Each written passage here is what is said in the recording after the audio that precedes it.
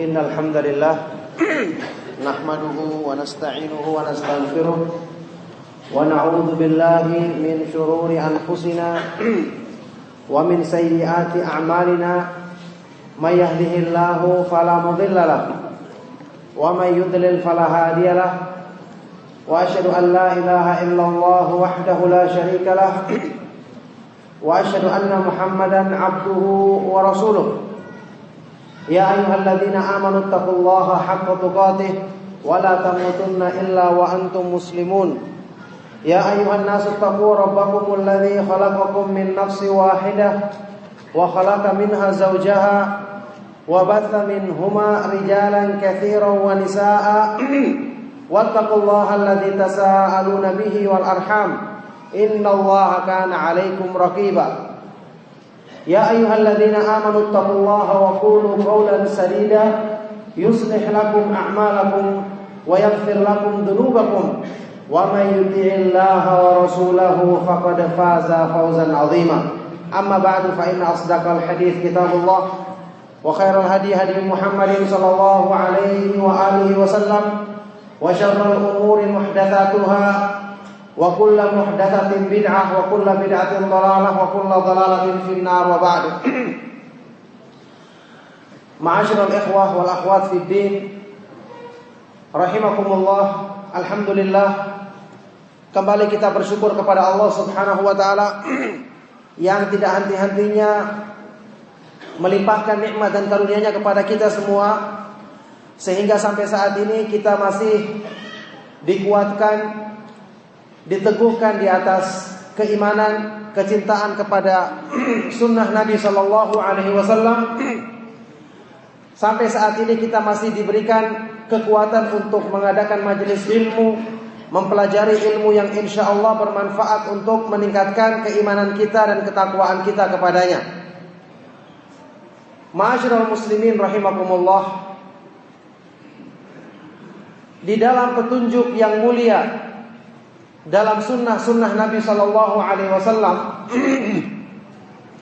bahkan dalam syariat Islam secara keseluruhan, Al-Quran dan Sunnah, kita dapati banyak bentuk-bentuk pengamalan yang berhubungan dengan kegiatan dalam kehidupan kita sehari-hari, yang tentu saja kalau kita berusaha untuk terapkan dalam diri kita, maka ini sangat berfaedah besar untuk membina diri kita, untuk membiasakan hidup kita agar senantiasa berada dalam ketaatan kepada Allah Subhanahu wa taala. Inilah diantara keistimewaan yang Allah jadikan pada petunjuknya dan petunjuk yang dibawa oleh Rasulnya, Nabi kita Nabi Muhammad Sallallahu Alaihi Wasallam. Banyak hal-hal yang dengan mengamalkannya kita akan belajar menjadi orang yang bertakwa, belajar menjadi orang yang selalu mengutamakan kebaikan dalam agama, belajar menjadi orang yang selalu terbiasa menundukkan hawa nafsu, yang mana antum ketahui ini adalah perkara yang penting. Ilmu yang kita pelajari akan bermanfaat kalau kita berusaha untuk mengamalkannya sampai dalam masalah yang sekecil-kecilnya, khususnya apalagi jika berkenaan dengan masalah-masalah yang membantu kita untuk mencapai takwa kepada Allah Subhanahu wa taala dan meraih kedudukan yang mulia di sisinya. Banyak hal dalam sunnah Nabi Sallallahu Alaihi Wasallam yang dicontohkan dalam tingkah laku beliau Sallallahu Alaihi Wasallam. Kalau kita renungkan dengan seksama kandungannya, kita akan dapati benar-benar sunnah mengajarkan kepada kita untuk menjadi pribadi-pribadi yang bertakwa.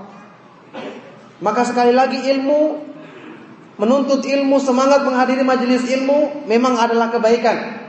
Tapi kita sudah pelajari bersama bahwa maratibu jihadin nafs, tahapan atau tingkatan-tingkatan perjuangan menundukkan hawa nafsu bukan cuma berhenti pada sekedar belajar saja, sekedar paham saja, sekedar banyak mendengarkan ilmu saja.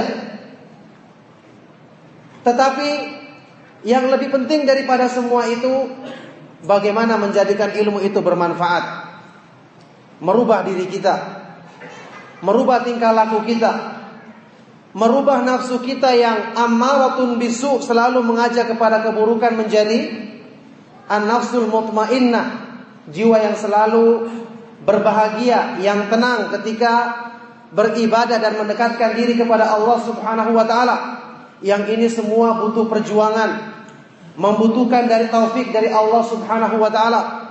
Yang mana kalau kita sepakat Al-Quran dan Sunnah adalah sebaik-baik petunjuk dalam semua kebaikan, apalagi jika berhubungan dengan kebaikan yang paling tinggi, yaitu perjuangan menundukkan hawa nafsu, yang berkali-kali anak ulang dalam pengajian di sini atau di tempat lain. Ucapan Imam Ibnu Qayyim rahimahullah taala yang mengatakan, ajma as-sa'iruna ilallahi ala ikhtilafi turukihim wa tabayuni sulukihim ala anna an-nafsa hiyal qati'atu bainal 'abdi wa bainal wusuli ila Rabbi tabaraka wa ta'ala.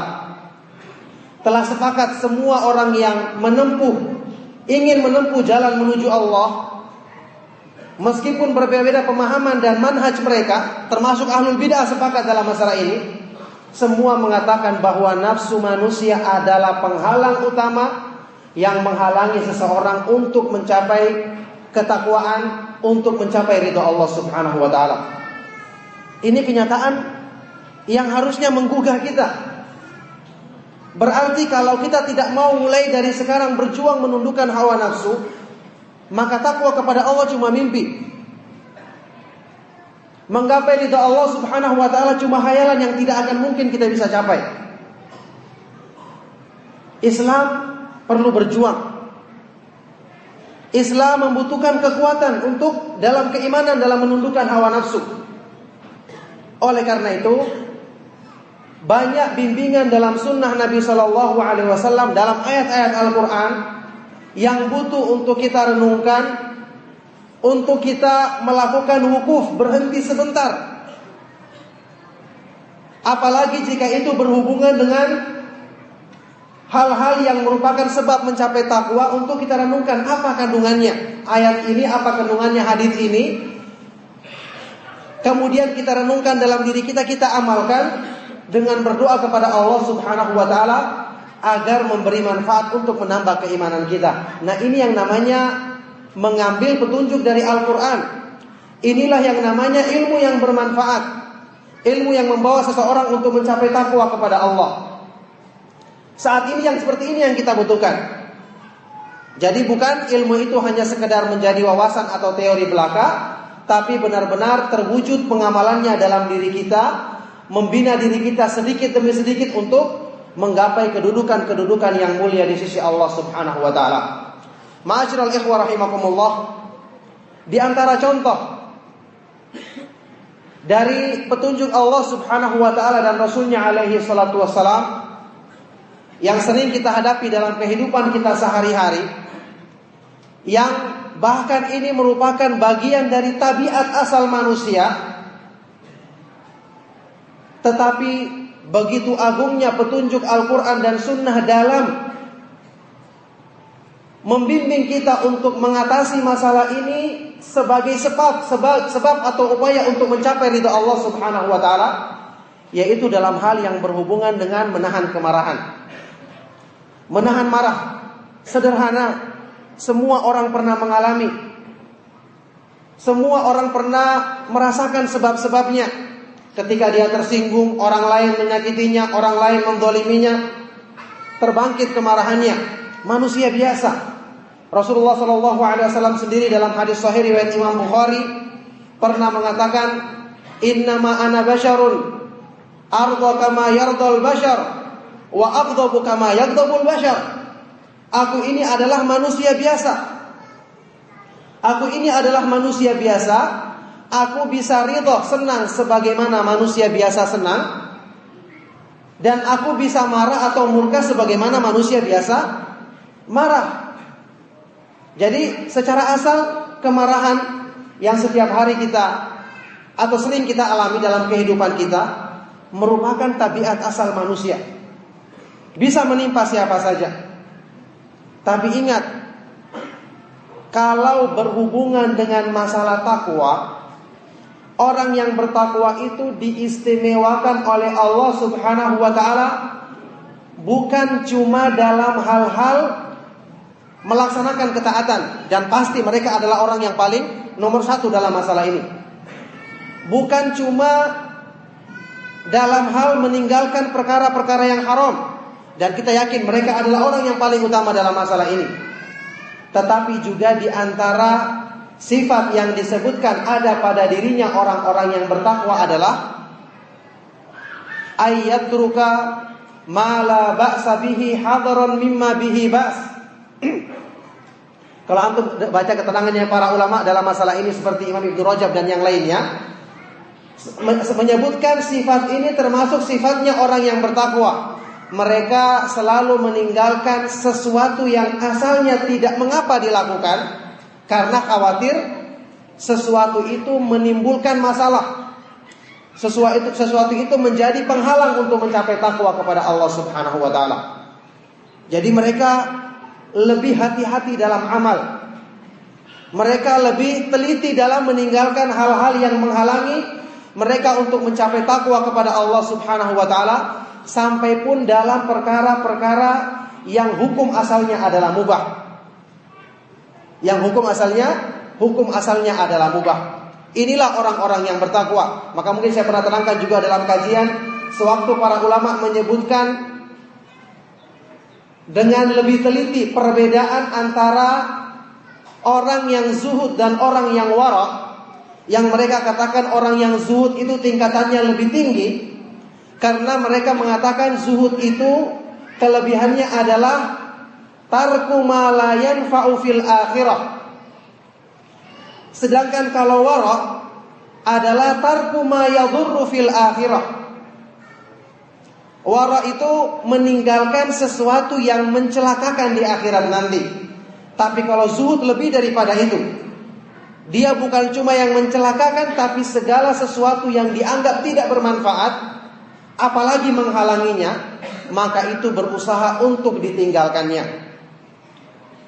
Nah, setelah kita pahami masalah ini, kita akan melihat bagaimana contoh yang kita jadikan dalam pembahasan kita ini menahan kemarahan, yang sifat marah itu merupakan sifat dasar manusia, yang tentu saja kalau seseorang disakiti, dizalimi, hukum asalnya dia boleh marah, dia boleh tersinggung.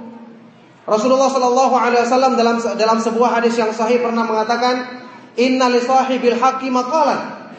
Orang yang punya hak itu bisa berkata apa-apa. Misalnya ada orang yang berhutang sama kita, sudah waktu jatuh tempo, dia tidak membayarnya, kita marahi pun boleh dan dihalalkan, apa yang dibolehkan dalam agama. Rasulullah SAW mengatakan, Inna li sahibil haqqi maqalan. Orang yang punya hak itu bisa berkata-kata, karena ini haknya yang dilanggar, maka dia boleh marah dalam kondisi seperti itu. Ini hukum asalnya. Akan tetapi tentu saja bagi orang-orang yang menginginkan kemuliaan dan keutamaan dari Allah Subhanahu wa taala, keadaan-keadaan seperti ini menjadi ujian bagi dirinya. Kondisi-kondisi seperti ini menjadi ajang bagi dirinya untuk melatih hawa nafsunya. Kalau nafsu manusia disepakati sebagai penghalang utama untuk mencapai ridha Allah Subhanahu wa taala, berarti tidak ada cara untuk bisa menggapai ridha Allah kecuali dengan mukhalafatuha wa muhasabatuha, kata Imam Ibnu Qayyim rahimahullah taala. Menyelisih keinginan hawa nafsu dan senantiasa mengintrospeksinya. Para ulama salaf bukan cuma dalam perkara mubah mereka praktikkan masalah ini.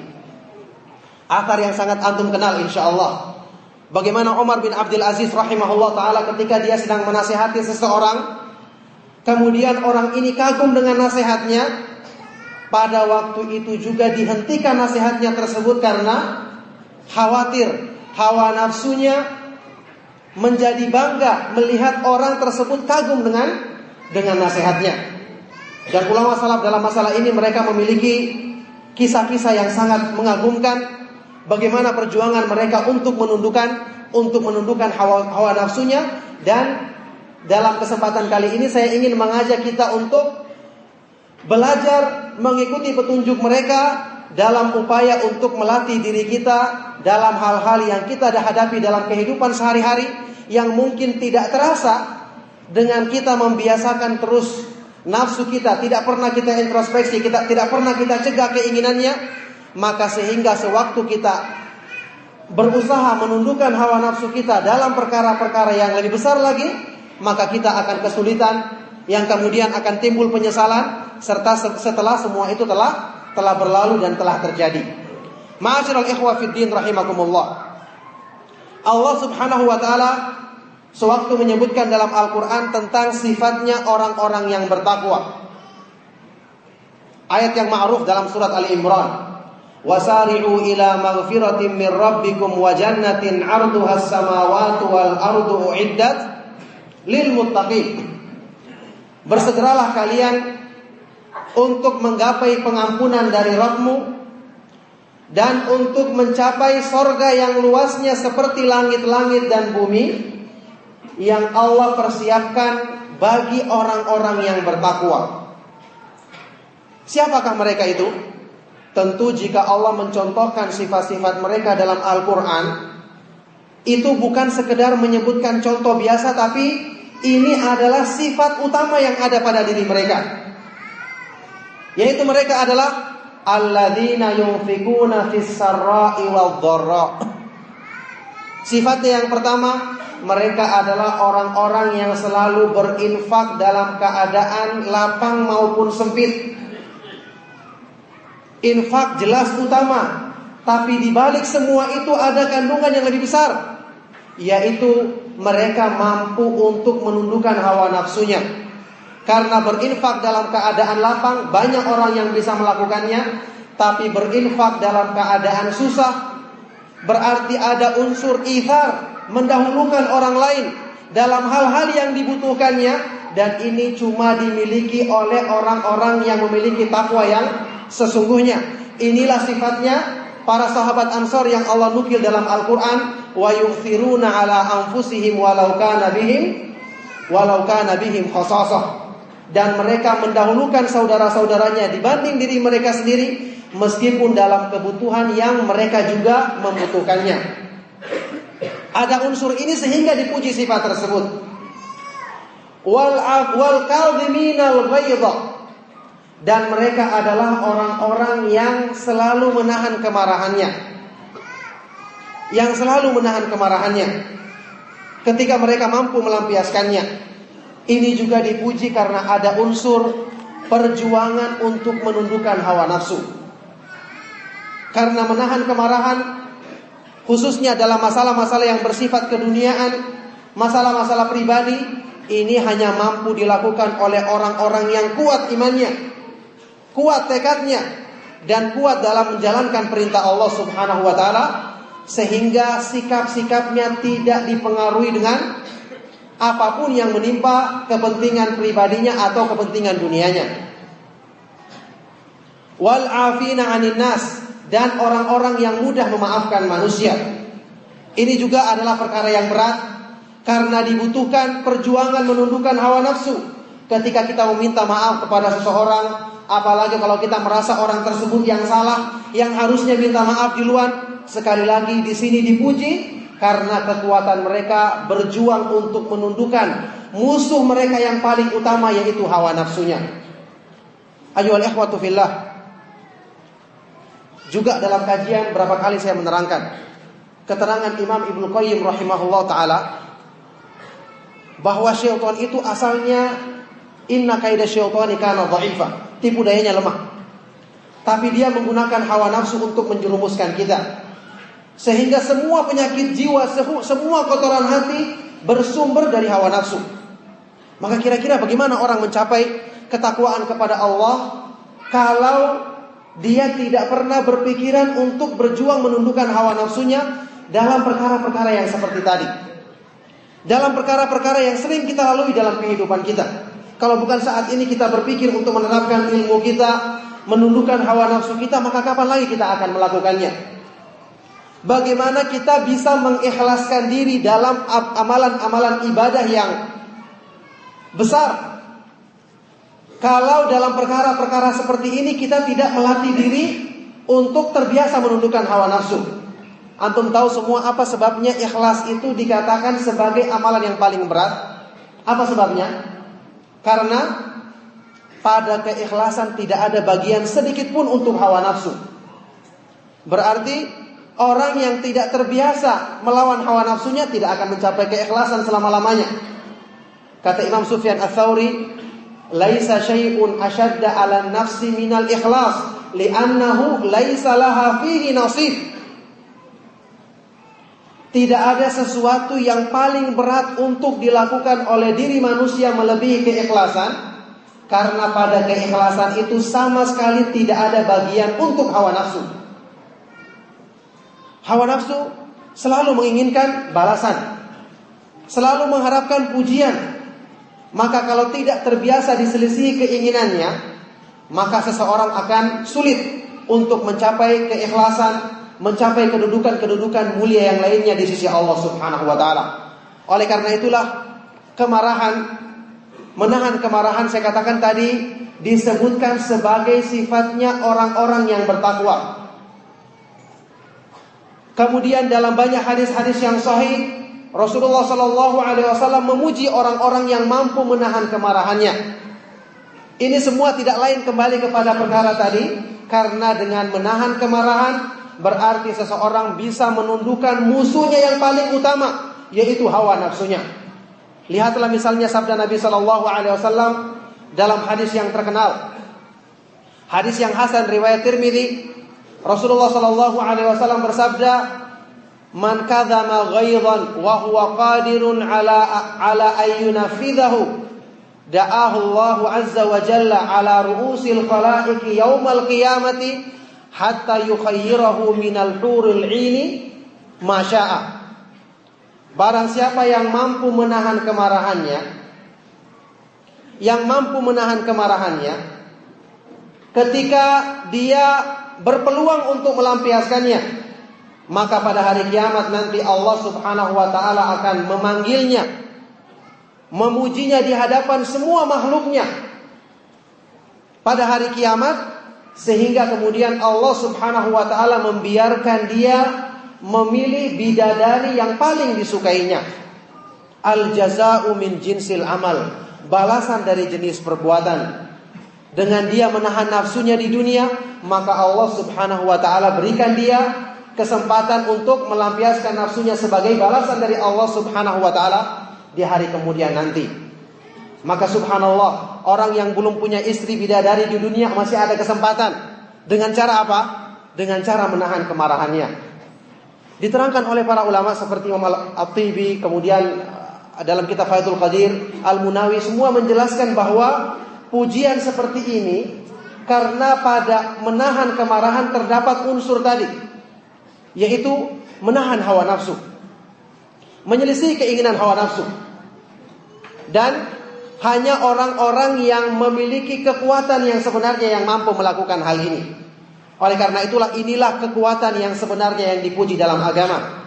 Sebagaimana keterangan dari para ulama sewaktu menafsirkan hadis yang lain yang terkenal juga dalam Sahih Muslim, sabda Rasulullah sallallahu alaihi wasallam, "Laisa syadidu bisur'ati wa innamasyadidu alladhi yamliku nafsahu 'indal ghadab." Bukanlah orang yang kuat itu adalah orang yang kuat dalam perkelahian atau pergulatan. Akan tetapi orang yang kuat yang sebenarnya adalah orang yang mampu menahan dirinya, menguasai dirinya ketika dia dalam keadaan marah. Bagaimana orang seperti ini dikatakan sebagai orang yang kuat yang sebenarnya? Karena di sini terdapat kekuatan iman. Karena di sini terdapat kekuatan tekad. Inilah orang mukmin yang paling dicintai oleh Allah Subhanahu wa taala yang disebutkan dalam hadis yang lain, "Al-mu'minul qawiyyu khairun wa ahabbu ila Allahi minal mu'minidh dha'if." Orang mukmin yang lebih kuat imannya, lebih kuat tekadnya dalam kebaikan, lebih kuat dalam menundukkan hawa nafsunya, khairun wa ahabbu ilallahi minal mu'minidh dha'if, lebih baik dan lebih dicintai oleh Allah Subhanahu wa taala daripada mukmin yang lemah. Perhatikan bagaimana Nabi sallallahu alaihi wasallam memalingkan kekuatan yang terdapat dalam pikiran kita, artinya adalah kekuatan yang zahir, pada kekuatan-kekuatan yang bersifat batin. Karena ini yang bermanfaat bagi manusia. Dan bagaimana dalam hadis ini Nabi SAW mengajarkan kepada kita bagaimana cara untuk melampiaskan kemarahan atau mengarahkan kemarahan kepada perkara-perkara yang terpuji. Kepada perkara-perkara yang terpuji. Tentu saja seperti yang saya katakan tadi, karena kemarahan dan juga secara umum nafsu itu tidak akan mungkin kita lepaskan dalam diri manusia. Karena kita mengetahui nafsu itu buruk, seandainya kita mampu lepaskan, kita buang, maka kita akan membuangnya. Tapi sayangnya nafsu selalu ada sama diri kita.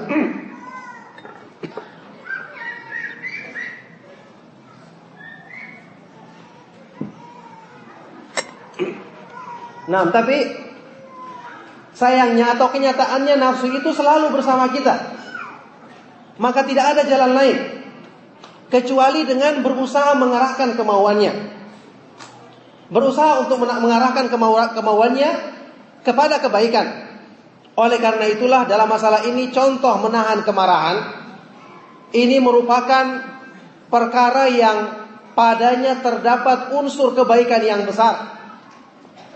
Ini merupakan ajang yang paling penting untuk upaya kita dalam rangka mencapai kebaikan bagi hawa nafsu kita. Oleh karena itu, kalau bukan, saya katakan tadi, kalau bukan dalam saat-saat seperti ini kita berusaha untuk melatih hawa nafsu kita, maka kapan lagi kita akan menerapkan ilmu kita agar menjadi ilmu yang bermanfaat?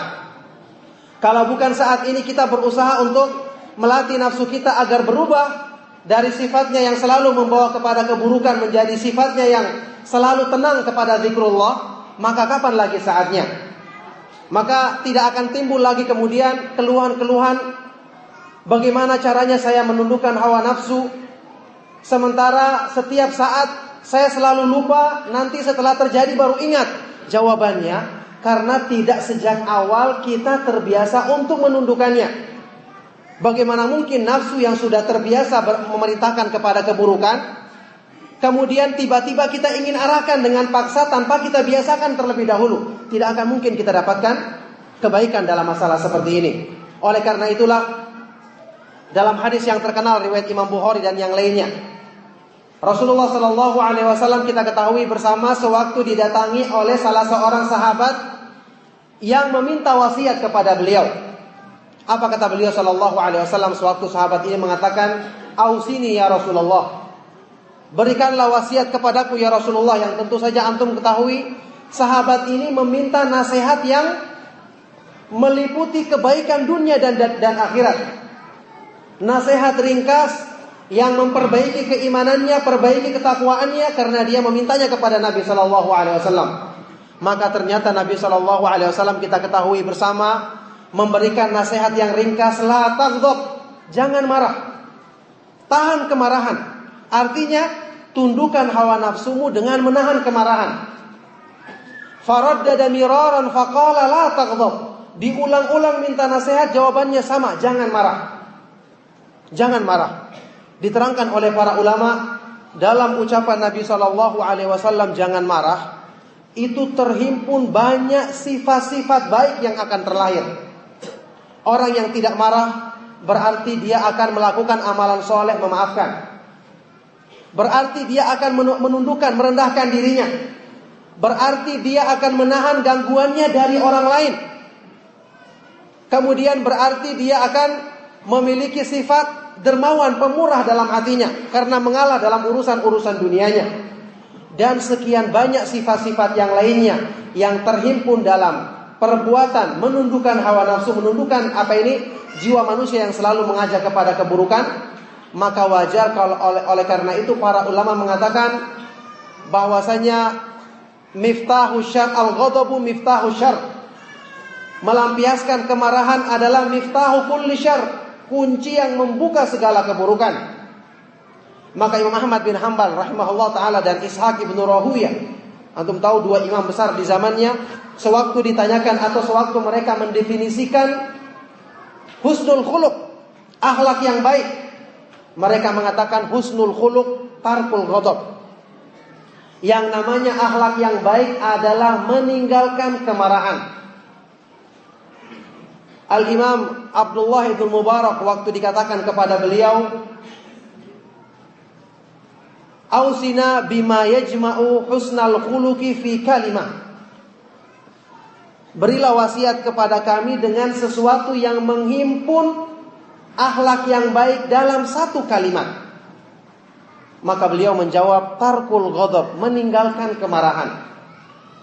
Subhanallah, meninggalkan kemarahan. Siapa selama ini di antara kita yang sadar waktu kita sedang terpancing emosinya, waktu kita sedang merasa dizolimi orang lain, untuk kita berpikir dengan saya menahan kemarahan ini merupakan sebab untuk saya mencapai kebaikan-kebaikan dari Allah Subhanahu wa taala. Sayangnya banyak kita yang lalai. Mungkin karena kita menganggap saya berhak untuk marah karena dia menzalimi saya. Tapi kita lupa bahwasanya dengan itu berarti kita membiasakan diri kita untuk melampiaskan hawa nafsu, untuk mengikuti tipu daya syaitan yang akan memalingkan manusia dari jalan Allah Subhanahu wa taala. Oleh karena itu, ayyuhal ikhwatu fillah, sunnah Nabi sallallahu alaihi wasallam membimbing kita dengan bimbingan yang demikian agung untuk kita selalu berusaha dalam hal-hal yang kecil seperti ini melakukan yang terbaik.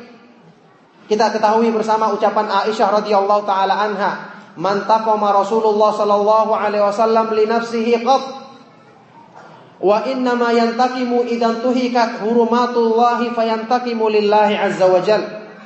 Rasulullah sallallahu alaihi wasallam tidak pernah marah kalau berkenaan dengan masalah-masalah urusan pribadi beliau, urusan-urusan dunia semata-mata. Karena meskipun ini mungkin asalnya mubah, tapi sudah kita ketahui akibatnya sangat buruk dan jelas ini tidak bermanfaat dalam keimanan. Sedangkan sabda Nabi sallallahu alaihi wasallam, "Min husni islamil mar'i tarkuhu ma la ya'nihi." Termasuk kebaikan agama Islam seseorang, keimanan seseorang, meninggalkan apa-apa yang tidak bermanfaat baginya, apalagi yang dikhawatirkan mencelakakan dirinya. Jadi sewaktu Aisyah radhiyallahu taala anha mengatakan Rasulullah sallallahu alaihi wasallam tidak pernah marah untuk kepentingan pribadinya. Kenapa? Ini hanya bisa dilakukan oleh orang-orang yang punya pengagungan terhadap agama dalam dirinya. Orang-orang yang menjadikan agama itu sebagai prioritasnya. Ra'su malil mu'min dinuhu, kata Hasan Al-Basri rahimahullah ta'ala. Harta utama, modal pokok yang dipertahankan seorang muslim adalah agamanya. Haitsu ma zala zala ma'ahu, dimanapun dia pergi dia akan selalu membawa agamanya. Maka ini perlu latihan. Kita belajar agama, kita mengetahui keutamaan agama Islam, kita mengetahui bahwa yang paling penting dalam hidup kita adalah din kita. Selama din kita tidak rusak, maka kita tidak akan pedulikan yang lainnya. Sebaliknya, kalau berhubungan dengan agama kita, itulah yang akan membuat kita seharusnya marah. Dan disitulah kita melampiaskan sifat tabiat manusia yang mesti punya rasa marah untuk kita arahkan kepada kerusakan dalam masalah agama. Bukankah Rasulullah SAW berdoa yang menunjukkan bagaimana buruknya dan harusnya kita memberikan perhatian untuk menjaga agama kita? Allahumma la taj'al musibatana fi dinina. Ya Allah, janganlah engkau jadikan musibah yang menimpa kami dalam agama kami. Maka ini semua perlu latihan. Semua perlu latihan membiasakan agar jiwa kita itu mengagungkan sesuatu yang berhubungan dengan din, berhubungan dengan agama. Jadi ucapan Aisyah radhiyallahu taala anha tadi, Rasulullah sallallahu alaihi wasallam tidak pernah marah kalau yang disinggung urusan pribadinya, akan tetapi hanyalah beliau marah kalau untuhikat, dilanggar hukum-hukum syariat Allah, yang kemudian beliau marah karena Allah Subhanahu wa taala. Jadi kemarahan butuh dilampiaskan, maka lampiaskanlah kepada perkara-perkara yang baik seperti ini. Adapun dalam perkara-perkara yang merugikan manusia, yang memanjakan hawa nafsunya seperti tadi, maka berusaha untuk dilawan, berusaha untuk ditentang. Dan sekali lagi hanya orang-orang beriman yang mampu untuk mengarahkan kemarahannya kepada perkara-perkara yang berhubungan dengan agama Allah Subhanahu wa taala. Imam Ibnu Rajab Al-Hambali sewaktu menjelaskan makna dari firman Allah Subhanahu wa taala yang terdapat dalam surah At-Taubah, qatiluhum yu'adzibhumullahu biaidikum wa yukhzihim wa yansurkum alaihim, terus wa yashfi sudura qaumin mu'minin wa yudhib ghaidha qulubihim. Perhatikan, apakah yang menjadikan berbahagia hatinya orang yang beriman, dan apakah yang bisa menghilangkan kemarahan mereka yang Allah sebutkan dalam ayat ini. Allah berfirman, qatiluhum, perangilah orang-orang kafir, musuhilah orang-orang kafir karena kekafiran mereka. Maka Allah Subhanahu wa ta'ala akan mengadab mereka dengan tangan-tanganmu dan menghinakan mereka serta menolong kalian atas mereka. Kemudian Allah berfirman, wa yashfi sudura qaumin mu'minin, yang dengan itu Allah akan melegakan, menjadikan bahagia dadanya, hatinya orang-orang yang beriman. Subhanallah, orang-orang yang beriman hanya akan berbahagia kalau agama Allah Subhanahu wa ta'ala ditegakkan, kalau ketaatan kepada Allah Subhanahu wa ta'ala dilakukan oleh manusia. Wa yudhib ghaidha qulubihim, dan akan memadamkan kemarahan dalam hati mereka.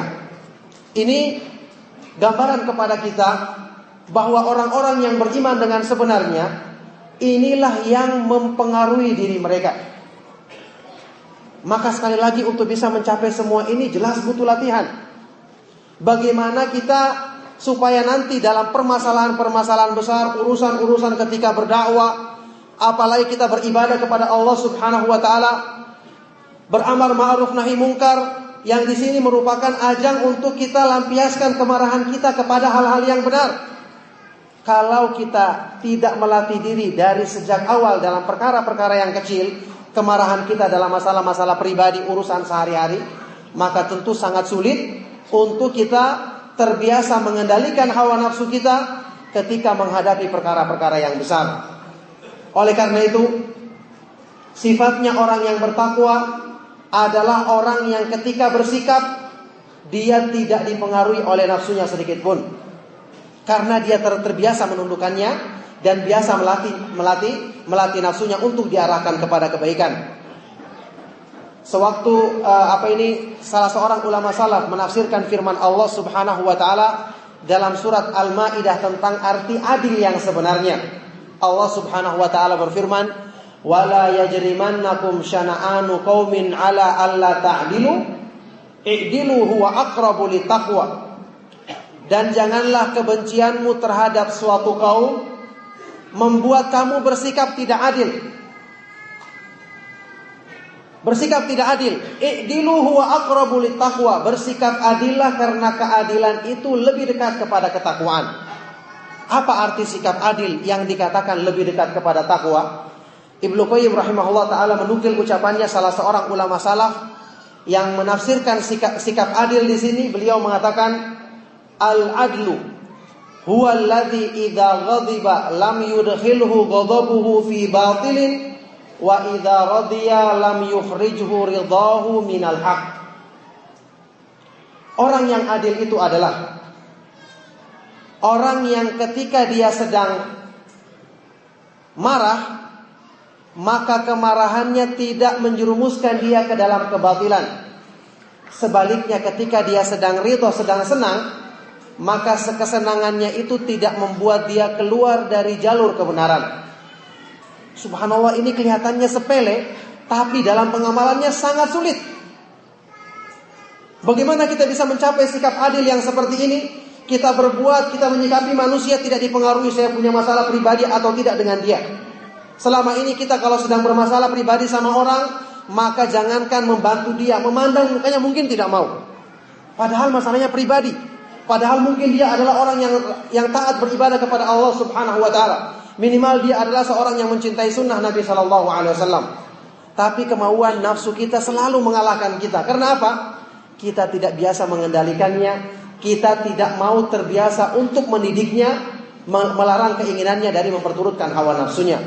Ini yang terjadi kepada kebanyakan manusia. Jadi orang yang adil adalah orang yang berbuat tidak dipengaruhi oleh kepentingan hawa nafsunya, senang atau ridhonya. Tetapi yang menjadi pertimbangan mereka adalah mencari ridho Allah Subhanahu wa taala, mengutamakan segala yang dicintai oleh Allah Subhanahu wa taala dan Rasulnya. Nah, oleh karena itu ayyuhal ikhwatu fillah, ikhwani wa akhwati fid din rahimakumullah.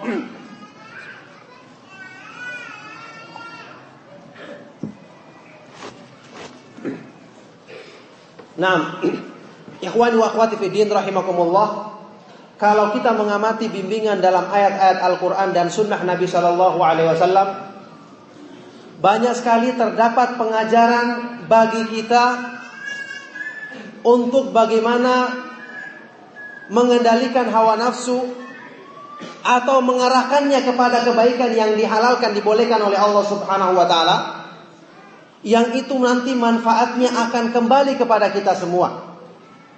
Mungkin antum pernah dengar dan sering membaca pembahasan di antara para ulama yang menjelaskan tentang masalah bagaimana merubah perkara-perkara yang asalnya mubah menjadi ketaatan kepada Allah Subhanahu wa taala.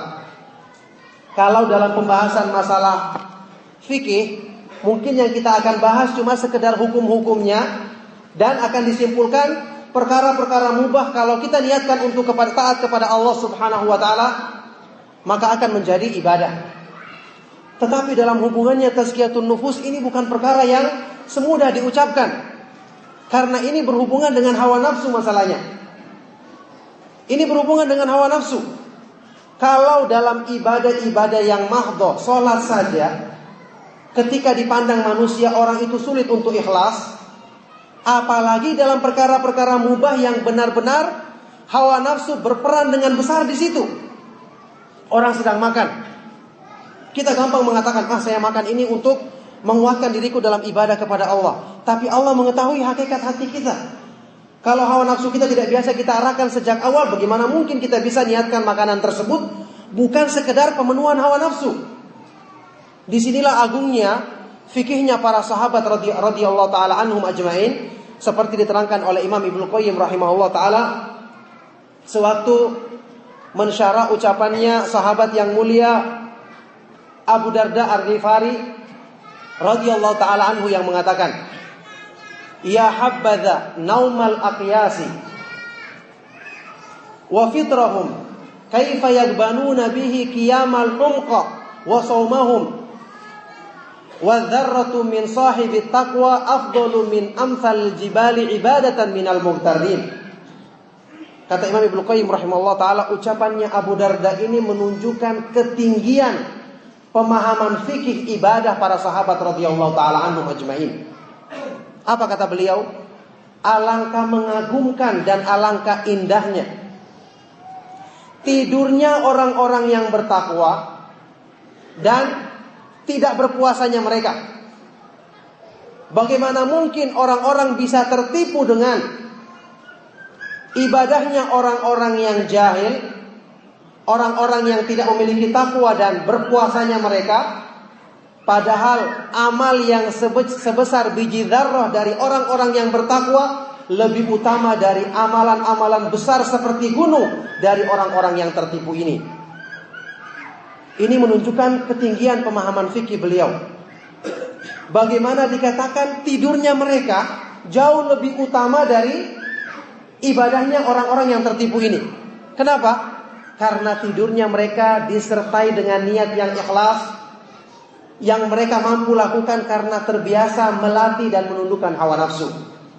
Inilah kalau Imam Ibnu Qayyim rahimahullah taala mengungkapkan orang-orang seperti ini. Mungkin saya pernah sebutkan dalam kajian kita, orang-orang seperti ini diibaratkan seperti orang yang tidur, tetapi ketika melakukan perjalanan melebihi dari cepatnya sampai orang-orang yang berlari. Beliau mengatakan dan mengungkapkan apa ini, menukil ucapannya seorang penyair yang mengatakan, man li bimithli sayrikal mudallali tamshi ruwaidan wa taji fil awwali. Siapakah yang mampu membikin perjalananku seperti perjalananmu? Kamu berjalan perlahan-lahan, tapi kamu justru tiba di hadapan atau tiba pertama kali. Ini semua karena apa? Karena takwa yang dimiliki. Ini karena apa? Karena terbiasa menundukkan hawa nafsu. Jadi ayyuhal ikhwatu fillah, gampang orang mengatakan kalau cuma dalam teori, kita ikhlaskan niat kita waktu makan maka akan bernilai ibadah. Tapi tahukah Anda bahwasanya ikhlas itu adalah perkara yang paling berat untuk dilakukan oleh manusia. Ucapannya salah seorang ulama salaf, ma'alajtu nafsi ala syai' mu'alajatahu alal ikhlas. Aku tidak pernah berjuang untuk memperbaiki diriku dalam sesuatu yang lebih berat daripada keikhlasan. Apalagi Imam Ibnu Qayyim rahimahullah ta'ala menyebutkan, mensifati penyimpangan dalam niat itu, kata beliau, fadzalikal bahrul ladzi la sahila lahu, seperti samudra luas yang tidak bertepi, yang sangat sedikit orang yang bisa selamat darinya. Maka kalau tidak dari perkara-perkara kecil kita terapkan hal ini, maka ayyuhal ikhwatu fillah, akan gagal kita dalam perkara-perkara yang besar. Oleh karena itu agama mengajarkan kepada kita untuk berjuang menundukkan hawa nafsu, melatih diri. Berkali-kali saya terangkan, tidak ada orang yang baru belajar setahun 2 tahun langsung menjadi seperti Abu Bakar As-Siddiq atau Umar Ibn Khattab. Perlu latihan, perlu perjuangan. Amalan baik dalam agama itu diterapkan sedikit demi sedikit. Wa man yatasabbar yusabbiruhu Allah. Barang siapa yang berusaha bersabar, barulah Allah berikan kesabaran kepadanya. Wa man yataharral khaira yu'tah. Barang siapa yang melatih dirinya untuk melakukan kebaikan, barulah sifat baik tersebut diberikan kepada dirinya. Oleh karena itu ya ikhwatu fillah, sekali lagi, kemarahan ini merupakan contoh bagaimana agar nafsu kita tidak selalu kita arahkan kepada kebaikan. Dan banyak contoh-contoh lain dalam sunnah Nabi Sallallahu Alaihi Wasallam. Contoh-contoh lain dalam sunnah Nabi Sallallahu Alaihi Wasallam untuk tidak membiarkan hawa nafsu pada keinginannya yang buruk. Antum tahu hadis yang sahih dari Nabi Sallallahu Alaihi Wasallam yang menunjukkan bahwa ini adalah sifat asalnya manusia dan manusia tidak perlu malu untuk mengatakan sifat ini ada pada diri mereka. Sewaktu Rasulullah Sallallahu Alaihi Wasallam bersabda, Innal mar'ata tuqbilu ala surati syaitan wa tudbiru ala surati syaitan. Wanita itu ketika menghadap dalam bentuknya syaitan, dan ketika membelakang juga dalam bentuknya syaitan. Ya, ini godaan bagi laki-laki. Fa idza ra'a ahadukum ra'atan a'jabathu falyati ila ahlihi fa inna dzalika yaruddu ma fi nafsihi. Maka kalau salah seorang dari kalian melihat seorang perempuan yang menarik nafsunya, ingat, ini ajang untuk menundukkan nafsu kita. Maka bimbingan sunnah adalah apa?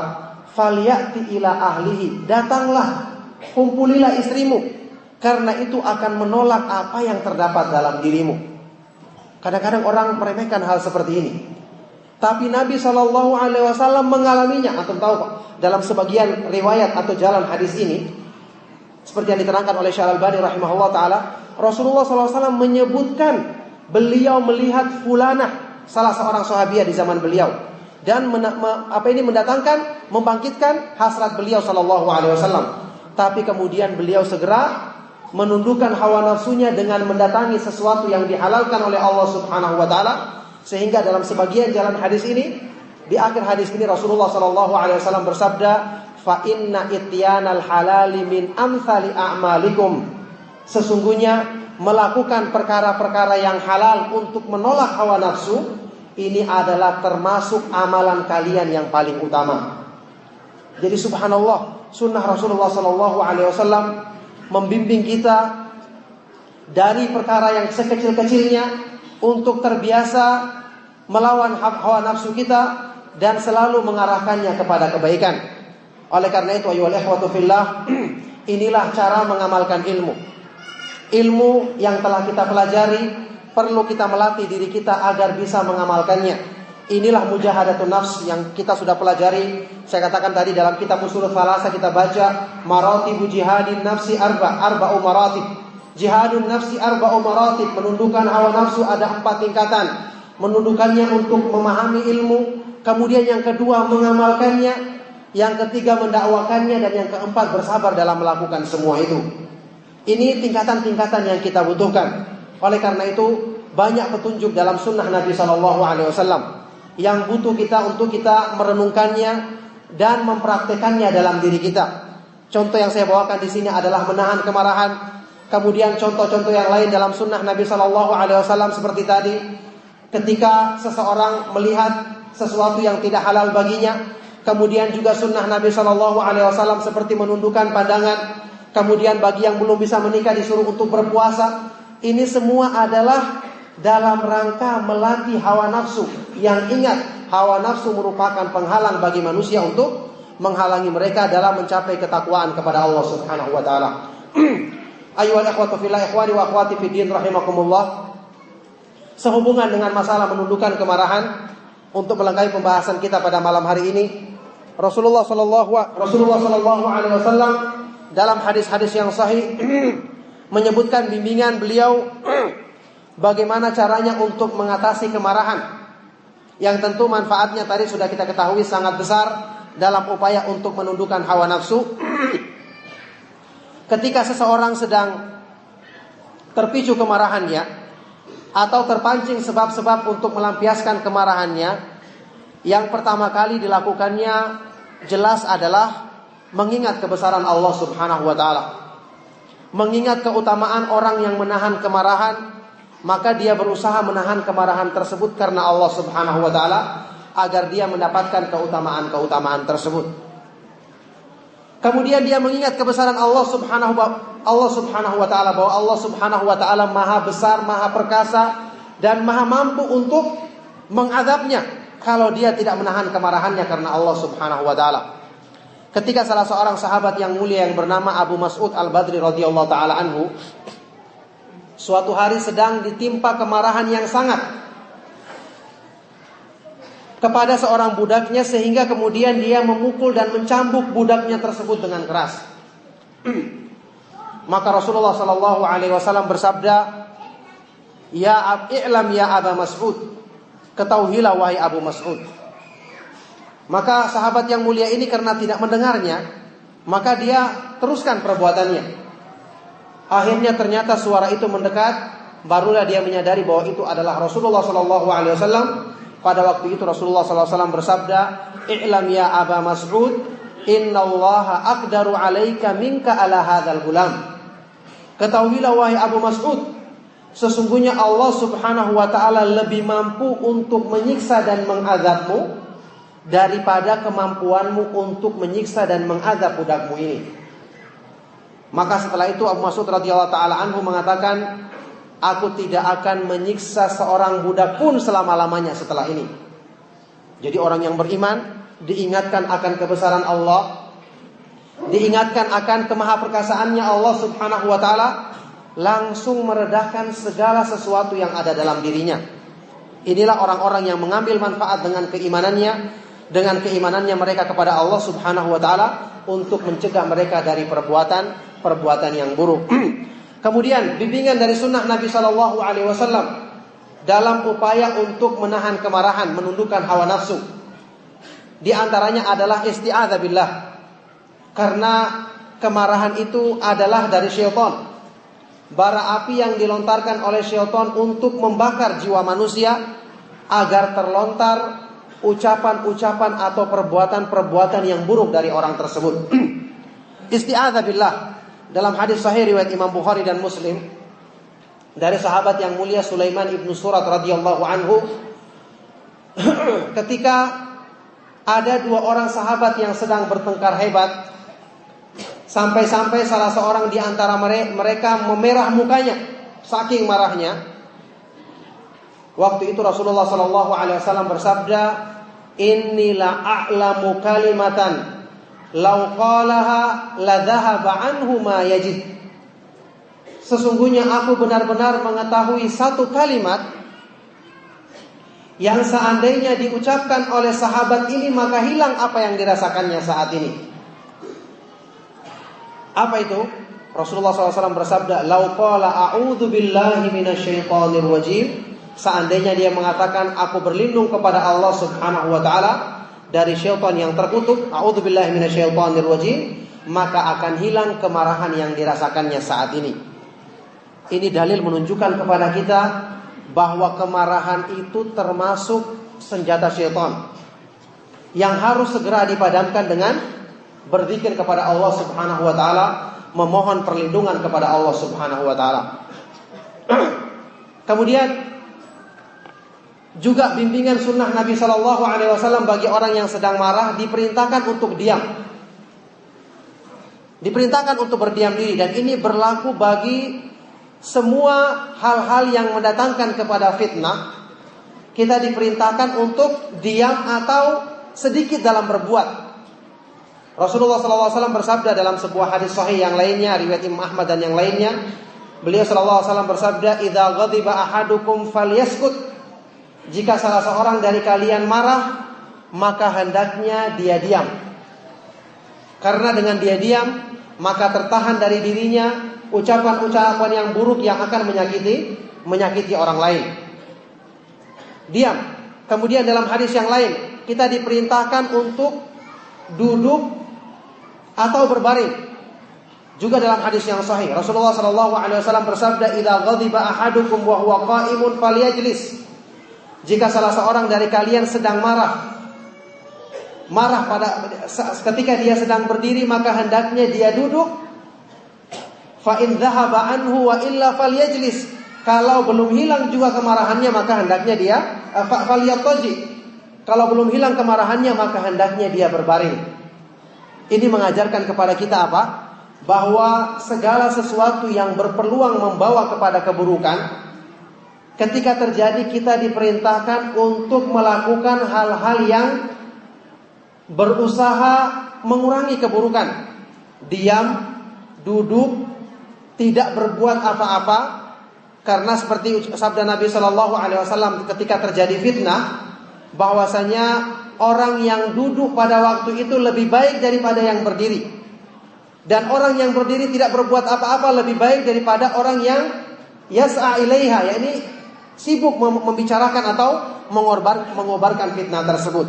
Nah, inilah bimbingan Islam bagi orang yang sedang marah atau ketika terjadi fitnah, kita diperintahkan untuk diam, untuk duduk atau berbaring.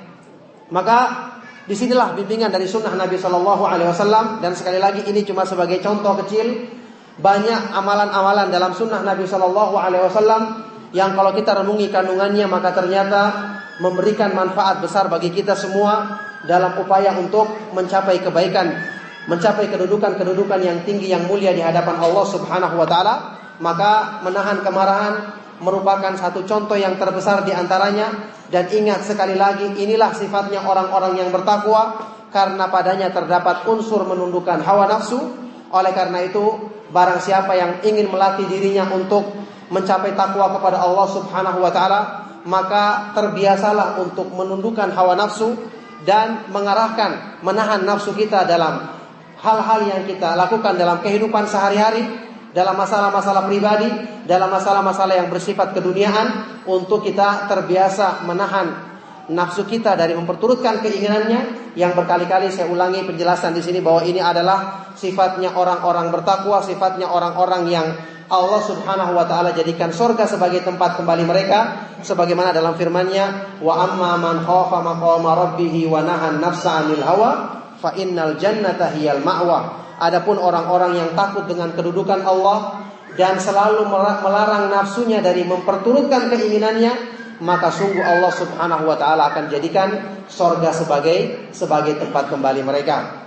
Maka demikianlah ya ikhwatu fillah contoh dari penerapan sunnah Nabi Shallallahu Alaihi Wasallam, dan inilah cara untuk mengambil manfaat daripada ilmu. Inilah cara untuk mengamalkan ilmu.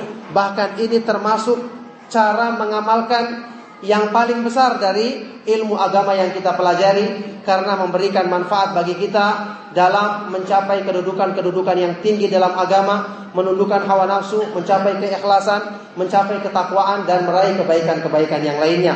Demikianlah, semoga Allah Subhanahu wa taala memberikan manfaat dari kajian yang kita adakan pada malam hari ini, dan semoga Allah Subhanahu wa taala memberikan manfaat kepada kita dari ilmu yang kita pelajari untuk menjadikan ilmu yang bermanfaat, yang menghasilkan amalan soleh. Semoga Allah Subhanahu wa taala senantiasa menguatkan kita untuk selalu berpegang dengan petunjuknya dan mengamalkan sunnah Nabi-Nya Shallallahu Alaihi Wasallam dalam kehidupan kita sehari-hari. Demikianlah saya cukupkan. Sallallahu wasallam wa barak ala nabiyina Muhammadin wa ala alihi wa ashabihi wa man tabi'ahum bi ihsan ila yaumil qiyamah wa akhiru da'wana anil hamdulillahi rabbil alamin.